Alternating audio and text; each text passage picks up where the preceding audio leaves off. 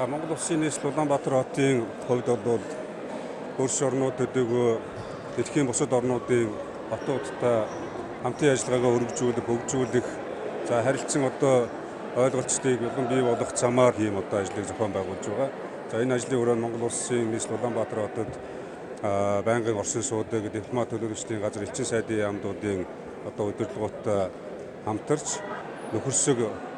сагсан бөмбөгийн тэмцээнийг зохион байгуулж байгаа. Монгол Улсын гадаад хэргийн яам, элчин сайдын яамдууд, нийслэлийн төр захиргааны байгууллагын тамирчид гээд энэ бүх байгууллагуудаас бүрдсэн 21 баг бүхий тамирчид нэг өдөр амралтын өдрөөрөө ингэж нөхөрсөг уулзалт тэмцээнийг зохион байгуулах замаар олон улсын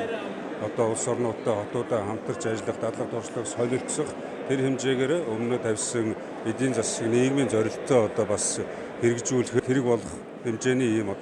бас дадлага туршлагуудыг хуримтлуулах энэ хүрээнд бас нөхөрсөг ийм тоглолтыг хийж байна.